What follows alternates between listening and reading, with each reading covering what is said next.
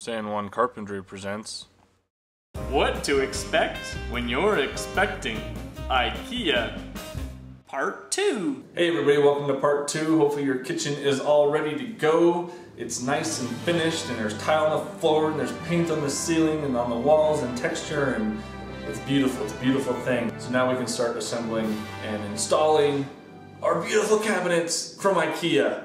Let's get started. IKEA provides a DVD, which they claim will teach you how to build your IKEA kitchen. Push play and you can tell right away that it's bullshit, because the actors walk into a perfectly constructed room with particle board walls, carrying a box under one arm and a baby under the other. They lay down 5 little boxes, and the voice says, and it's a lot easier than you might think to assemble and install an IKEA kitchen yourself. There's that word again, easy. I promise that your kitchen will not come in 5 little boxes. I had so many boxes piled in my family room you couldn't even see my furniture.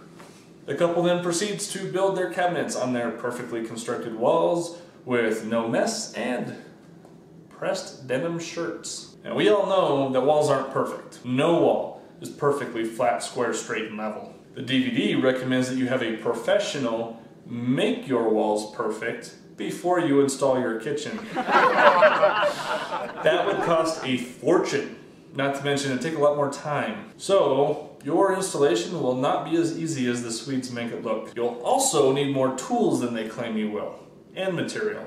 I'll show you that later on in the video though. Because parts are interchangeable and used in a variety of different cabinets, you won't get instructions that are specific to your cabinets. For example, if you have a cabinet with drawers, you will not get instructions for a cabinet with drawers. Instead, you'll get a separate set of instructions on how to build the cabinet box, a sheet on how to build and install the drawers, a sheet on how to install hinges, a sheet on how to install the feet, and a sheet on how to install the drawer fronts. Each of these sheets is generic and does not offer instruction that is specific to your cabinet. How to make all these different parts go together to make your cabinet is up to you. Along with the itemized list of each box, you should have received a set of prints of your model. The aerial view of your prints will serve as your best friend, BFF. Each cabinet on the aerial view will be numbered. That number will correspond with the cabinets on the itemized list. So for example, if the cabinet has a number 5 next to it, you'll want to look for cabinet 5 on the itemized list. The DVD suggests that you hang the hanging cabinets first. I agree. The base cabinets stick out from the wall quite a ways, and they'll get in the way if you put them in first. For hanging cabinets, you should have gotten a steel track to hang them on. Follow the instructions on the DVD or the posters to hang this track. Now the tracks don't come with screws to hang them, so I recommend using 2-inch wood screws wherever there's studs, and toggle or molly bolts wherever there's no stud. The mounting hardware that attaches the cabinet to the track comes in the hardware kit with the cabinet box. The DVD also suggests that you install the drawer glides and hinges before you assemble the box. I would say only do this if you can keep things really well organized, because getting to these parts requires the open boxes that don't otherwise need to be opened yet, and removing only a small portion of the parts within that box, which really raises your risk of losing or misplacing parts. Personally, I think that the hinges and the glides and everything are easy enough to install after the cabinet is already constructed. First, you'll unpack and assemble the cabinet box only. And the cabinet box is just that. It's a box. It's the back, the bottom, the top, and the sides.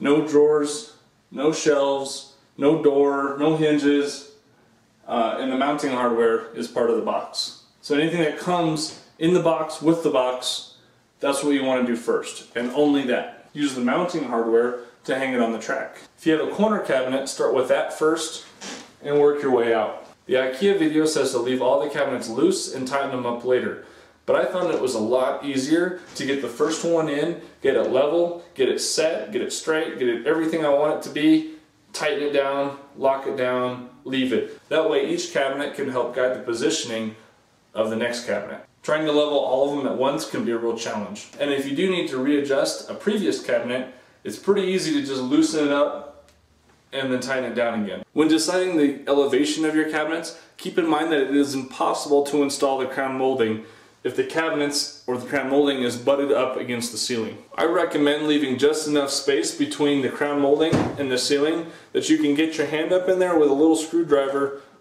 to fasten them down. I'll get into more detail about installing the crown molding later on in the video. But as for height, I would just use the elevations that they give you in the DVD. If you have tall floor-to-ceiling cabinets with a hanging cabinet in between them, I would start in the corner and work your way out. If you don't have them in a corner, I would just use your prints and your own common sense to figure out where you want to start. But it's important to know that the tall cabinets do not attach to this track. So a hanging cabinet positioned between or next to these tall cabinets will require a track cut just for it. Now, fastening the tall cabinets to the wall is important so they don't fall over. The holes in the top corner probably won't line up with the studs, so it's important to use a MOLLE or toggle bolt to fasten them as good as possible. If you do hit a stud, a 2-inch screw is all you need. And just make sure you use that square washer that they give you in the hardware pack. Tall cabinets and base cabinets sit in two different ways. You could either have all 4 of these plastic adjustable legs, or you can use a 1x3 board on the wall at a height specified in the instructions. The boards come in the long skinny boxes with the toe kicks. I highly recommend taking the time to mount these boards at the elevation stated in the instructions, because it'll help you level the entire row of cabinets much easier and faster than having to deal with individual legs. And if you use the board, you only need legs on the front of the cabinet, which means you'll have a lot of legs left over that you can return and get your money back. Do take your time to get that board perfectly level, because any imperfection is going to throw off the entire row. The base cabinets fasten the wall the same way as the tall cabinets. Simply drive a wood screw or MOLLE bolts into the wall through the provided holes. Now, the same as the hanging cabinets, you'll want to start with the corner cabinet if you have one. Now, the problem with the base corner cabinets is that they don't have a 45-degree corner in the back. They have a perfect 90-degree corner. The problem with this is that most drywall corners will have an excess of plaster in the corner, which keeps the cabinet from sitting flush up against both perpendicular walls. Now, this is just a major design flaw, I think, in these pieces. Now, my suggestion is to use a Surform to shave off the back corner a little bit. It might only give you about 1/8 of an inch or so, but it'll help. Now, after you get the rest of the cabinets in and straight and level, you'll probably still have a little bit of a gap between the cabinets and the wall. You can use shims to maintain that gap when you fasten the cabinets to the wall. That way, when you fasten it, it doesn't pull the top end of the cabinet up and out of level. Then the gap on top will be covered by your countertop, and the gap on the sides will be covered by the side panel. Alright guys, so in part 1 we did our shopping. Now in part 2 we did our assembly and installation of the cabinet boxes. Part 3 is going to be all about filling them in with all the accessories and tracks and doors and all the other good stuff. So go ahead and click on this link, and that will take you over to part 3.